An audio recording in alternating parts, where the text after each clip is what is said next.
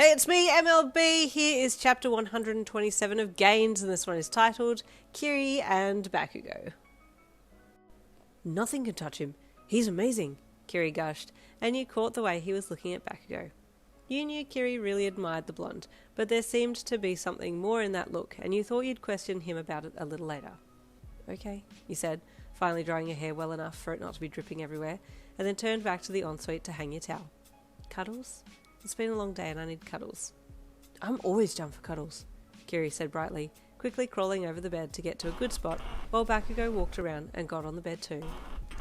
I'm coming for the middle spot, you said with glee, crawling up onto the bed and crawling across Kiri's lap to get between him and Bakugou. You were received with loving arms and quickly got under the covers and settled in with your two boys either side. There was a little kissing, but mostly cuddles, and the second Bakugou got up and turned out the light, you were fast asleep. She must have been really tired, Kiri whispered over you to Bakugou. She did use her quirk a lot today, after all. Yeah, Bakugou replied as he settled back down beside you. Kiri tried to settle in, but his forehead was aching a little from where he had been bitten by the bat. And although it hadn't bothered him during the day, it was now starting to ache a little more, and especially since now there was nothing to distract him, it was becoming quite obvious. He grunted softly, lifting his hand to his forehead to hold it against the bandage there. What is it? Bakugou whispered from your other side. My head hurts, where I got bitten, but I'll be okay, Kiri said. Put pressure on it, Bakugou replied. Kiri did so, but it was still throbbing, and he lay there quietly for a bit, just trying to suck it up. Better? Bakugou asked in the dark. Not really, Kiri said sadly. It just aches whether I've got pressure on it or not. You're not doing it right. Come here. Bakugou grunted, and Kiri slowly got up and got off the bed and then walked around to Bakugou's side. Luckily, you rolled towards Kiri's empty side at that point, and it opened up space for Kiri to get in bed beside Bakugou, which he did so eagerly. Bakugou felt around a little bit to find Kiri in the dark, and the redhead took his hand. Here, Kiri said, gently raising Bakugou's hand to his forehead and placing it gently down on his covered wound. You need to put pressure with your whole hand, Bakugou said softly, applying an even pressure over the area. The warmth of Bakugou's hand penetrated the bandage, and Kiri relaxed, his whole body settling under the blonde's touch. Thank you, Pro. This does feel much better, Kiri said, his body suddenly feeling the pull of sleep. Bakugou was about to say something in return, but could feel Kiri falling asleep, so didn't speak, just let the redhead drift off gently. These two idiots, Bakugou thought with a smirk in the dark. What would they do without me?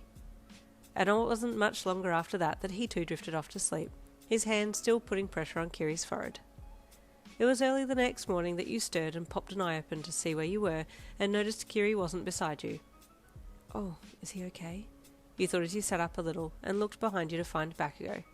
Your curious gaze met both your boyfriends, snuggled up behind you, and you noted that Bakugou had his arm over Kiri. You didn't know how it had come to be that they were sleeping side by side with you on the end, but you thought it was really cute that they were getting along more now. I wonder if E does have feelings for Kat, you thought as you gently got out of bed and went to the toilet. And if that's the case, what would Kat say to that?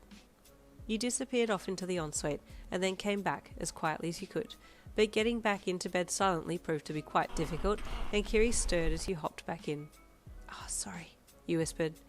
He gave you a groggy smile and opened one arm out for you to come in for a cuddle, which you did eagerly, snuggling into his warmth. What time is it? He rasped in a whisper. I don't know, but the sun isn't quite up yet. It is morning, though, you whispered back.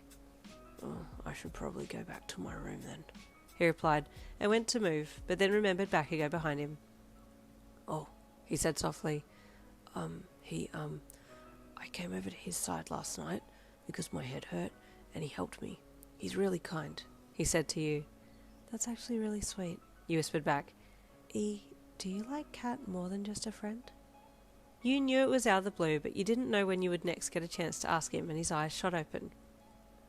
Well, I guess I do like him a lot, and if he were to give me a hug and, stuff, I wouldn't mind, Kiri replied. Is that bad? Is that allowed? He then asked, worried that it would upset you, since he had originally come into this relationship for you. No, it's not bad, he said with a smile. I like that you two are getting along. Oh, he said with a relieved smile. That's good. Just then Bakugou stirred and lifted his arm off Kiri, then opened his eyes and saw you both awake. "Why are you awake? Go back to sleep," he grunted. "Sorry, Kat, it's almost morning, so we should probably split," he said sadly. "But this has been really nice to be all together." "Yeah," he grunted, before yawning and stretching. "Oh, we can do more dates and stuff when we get back to the dorms," Kiri offered. "That'll be fun." "Yeah, it's not the end of the world," you said with a small giggle as Kiri climbed over you to get off the bed, giving you a little kiss on the lips as he clambered over you. Bakugou too leaned across and gave you a kiss before getting out of bed and wandering back to his room, both boys disappearing into their rooms before daybreak. "Well, I guess it's back to normal again now," you thought, as you lay there for a bit before getting your phone to message your mum. Once day had actually broken, you all got up and prepared to head back to UA.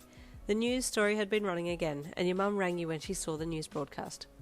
"Oh, my sweet, you look absolutely fabulous up there. You really are a star," she gushed. "When are you coming to see me? I have some extra exciting news to share." I was going to come later this afternoon if that's okay, like around 6 p.m.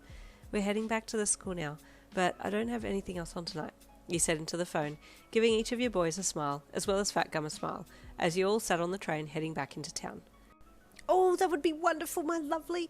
I'll wait till I see you then before I tell you my news," your mum said from the other end. And there is the end of chapter 127. Stay tuned for 128 coming tomorrow. I'll see you then.